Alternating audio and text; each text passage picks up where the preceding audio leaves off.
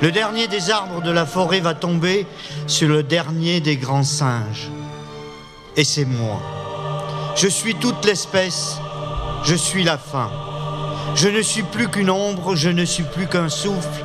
Mais avant que l'arbre ne tombe, j'aurai eu le temps de vous dire un peu de mon histoire.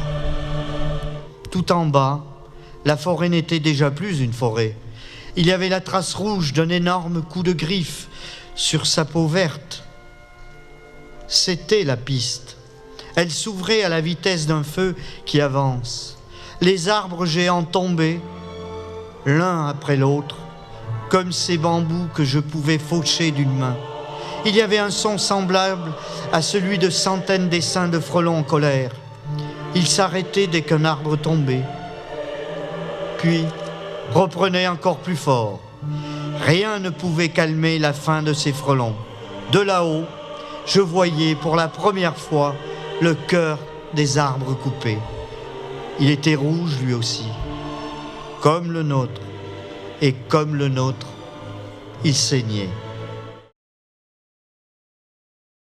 Alors, sur ces cendres, la forêt repoussera comme jamais, et nous serons, nous, les gorilles, bientôt là.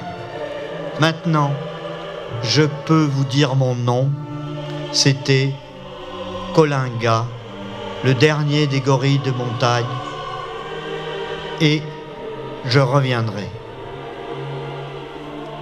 Merci. Je vais demander au photographe Gilles Martin de me rejoindre.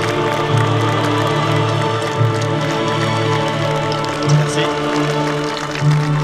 J'ai décidé de vous donner des nouvelles de la faune sauvage, telle qu'elle va, telle qu'elle s'en va peut-être. La faune sauvage comme indicateur d'un mot aussi galvaudé que malmené, la biodiversité. Pour cela, j'utilise la photographie dans ce qu'elle a de plus noble. Une image qui a quelque chose de profond à révéler, un témoignage, une émotion.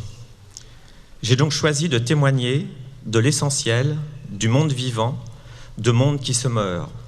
Mon champ d'action, c'est la nature même. Mon engagement, c'est de montrer ces créatures qui vacillent au-dessus de l'abîme, celui de l'extinction. Elles sont des centaines, hélas, et leur liste de déserts en forêt, de montagnes en mangroves, résonne à la longue comme une malédiction aux oreilles humaines. Nous ne pouvons qu'être pris de vertige en faisant la somme de ce que nous avons déjà détruit. Le dodo ou le tigre de Tasmanie, dont, vaguement coupables, nous scrutons les yeux de verre au fond des collections muséographiques. Annonce-t-il des légions d'animaux naturalisés, relégués aux vitrines des muséums et aux souvenirs.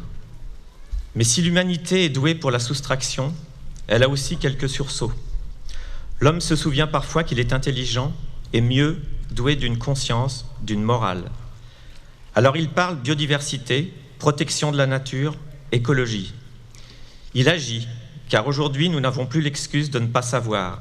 Nous pouvons être lucides avec désespoir ou avec rage. J'ai choisi de me battre avec mes moyens, ceux d'un photographe qui va tirer le portrait des espèces menacées. Celles qui sont au bord de l'anéantissement, celles qui ont encore une petite chance. Elles se situent exactement sur cette frange étroite où nous pouvons encore agir. C'est maintenant et tous ensemble.